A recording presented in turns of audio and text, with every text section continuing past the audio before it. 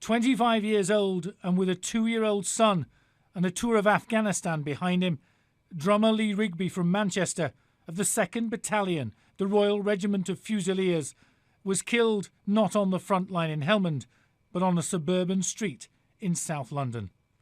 His drum major said of him, "Drummer Rigby was a loving father with a very bubbly character. He was an excellent drummer, loved his job, and was a highly popular member of the platoon." He went on, "He was always around when needed and will be sorely missed by all members of the 2nd Fusilier Corps of Drums. Once a Fusilier, always a Fusilier."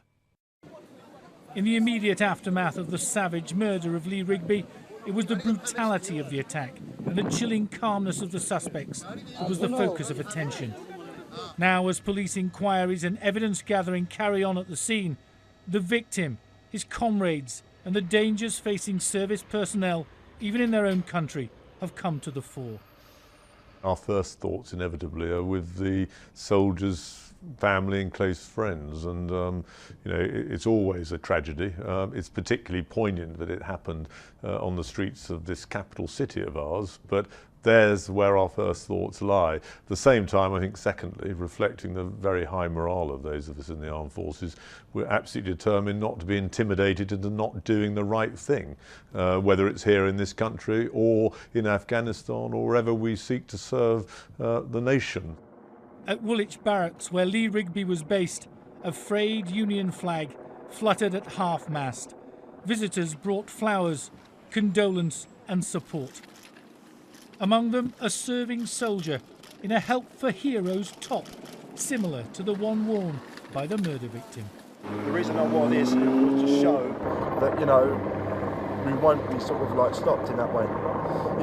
You ain't going to be able to knock us down, because we'll get back up again. My son walked down that street many a time in his uniform. He still wears his T-shirts now.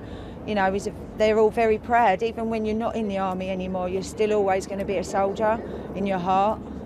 So the thought of him walking down that street and having that happen to him, even coming back from Afghanistan safely, it's just unthinkable.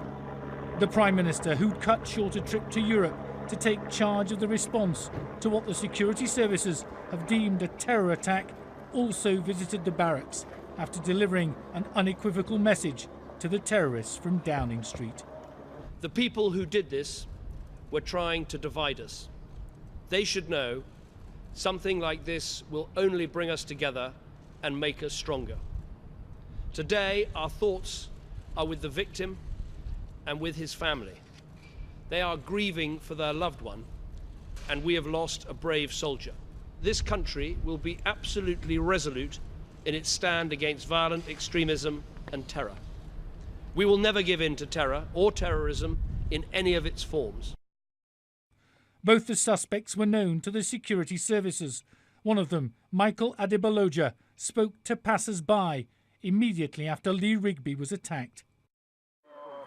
As both men recover under arrest and armed guard in hospital, Lee Rigby's family and friends, the police and the British people wait for an answer to why this soldier in this place at this time.